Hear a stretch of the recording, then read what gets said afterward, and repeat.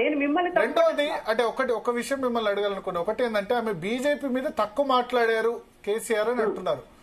ఇప్పటికే బీజేపీకి కేసీఆర్ కు సంబంధం ఉందని ఇండైరెక్ట్ గా ఆమె హింట్ ఇస్తున్నట్లు అర్థమవుతుంది. ప్లస్ లిక్కర్ స్కామ్ విషయంలో తండ్రి తనని కాపాడలేదన్న అసంతృప్తి కూడా ఆమెలో ఉంది అంటున్నారు.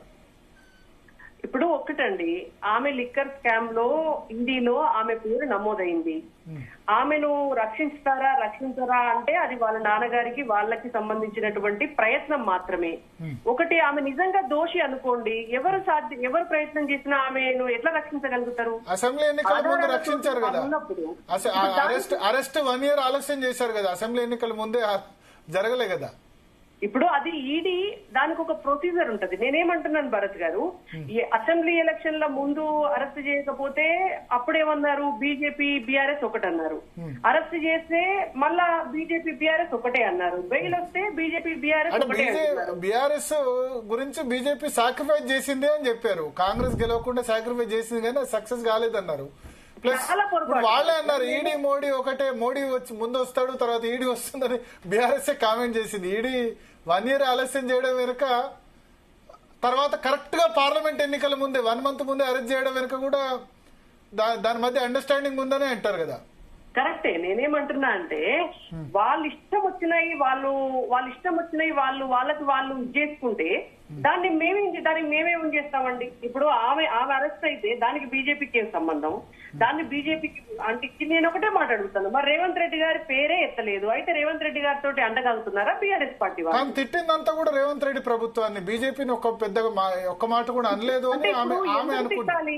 ఎందుకు తిట్టాలి అంట నేను. ఎందుకు తిట్టాలి అంటే తిడితేనే శత్రువులు, తిట్టకపోతే మిత్రువులా? ఎందుకు తిట్టాలి? మేము ఇవాళ భారతీయ జనతా పార్టీ తెలంగాణ రాష్ట్రానికి 10-11 లక్షల కోట్ల రూపాయలు తీసుకొచ్చి అభివృద్ధి పనులు చేస్తుంటే, భరత్ గారు మీరు చూస్తున్నారు ఎన్ని రైల్వే స్టేషన్లు రెనోవేట్ చేస్తున్నాము, ఎన్ని రైల్వే స్టేషన్లు ఇనాగరేట్ అవుతున్నాయి, వందే భారత్ రైళ్లు ఎన్ని వస్తున్నాయి, మనకు ఎన్ని నేషనల్ హైవేస్ వస్తున్నాయి, ఎన్ని కొత్త ఇన్స్టిట్యూషన్స్ వస్తున్నాయి. దాదాపుగా మీరు గమనిస్తే నెలకి ఒక 2-3 అభివృద్ధి కార్యక్రమాలు తెలంగాణ రాష్ట్రంలో జరుగుతున్నాయి.